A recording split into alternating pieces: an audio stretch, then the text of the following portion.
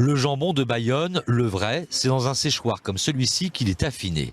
Éric Hospital est un ardent défenseur de ce produit purement basque et qui répond à un cahier des charges bien précis.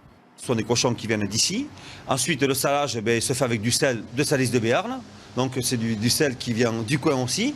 Et après, nous, on affine nos jambons naturellement au grenier de la maison. On les laisse s'affiner au gré des vents pendant 4 saisons, le printemps, l'automne, l'hiver et l'été. On fait un super produit. Aujourd'hui, le jambon de Bayonne bénéficie d'une IGP, une indication géographique protégée.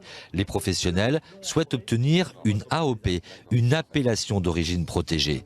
Il s'agit pour les producteurs de progresser sur les marchés à l'export vers des pays comme le Canada, la Russie ou le Japon.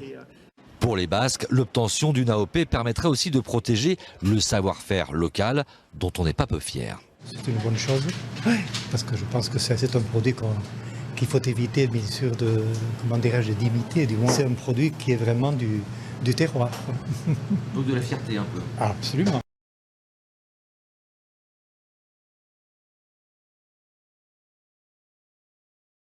C'est sûr, désormais, la Mojette de Vendée viendra de Vendée. Le lingot vient de recevoir l'IGP, l'indication géographique protégée. En effet, puisque dans le nom Mojette de Vendée, il y avait une indication de lieu, le légume devait y correspondre et posséder ce signe de qualité. L'IGP marque donc une reconnaissance sur tout le territoire européen et protège surtout des imitations. Ça protège la production parce qu'on trouvait à l'époque du lingot d'Argentine qui était baptisé Mojette de Vendée. Depuis 2006, la Mojette de Vendée bénéficiait déjà du label rouge, signe de qualité français. Mais désormais, pour obtenir l'IGP, signe de qualité européen, les 50 producteurs vendéens doivent suivre un autre cahier des charges. Semés dans des sols limonaux argileux, des terres que l'on trouve dans le Bocage et dans le sud Vendée. Ne pas utiliser de produits phytosanitaires.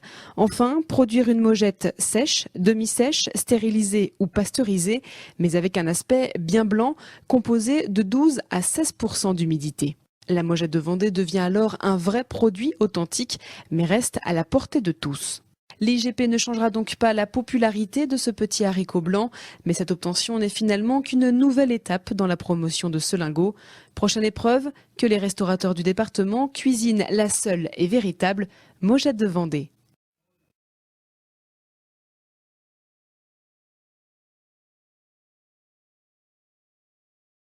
La différence entre un IGP et un AOC. Alors, la question n'est pas logique parce que si on parle de IGP, nous sommes sur la législation européenne et si on parle d'AOC, nous sommes sur la législation française. Pour la législation européenne, c'est AOP. Donc, IGP, c'est l'équivalent des 20 pays, les anciens 20 pays français. Ça veut dire indication géographique protégée. Les AOC et AOP, ça indique appellation d'origine contrôlée. C'est considéré comme les meilleurs vins dans la hiérarchie des vins français.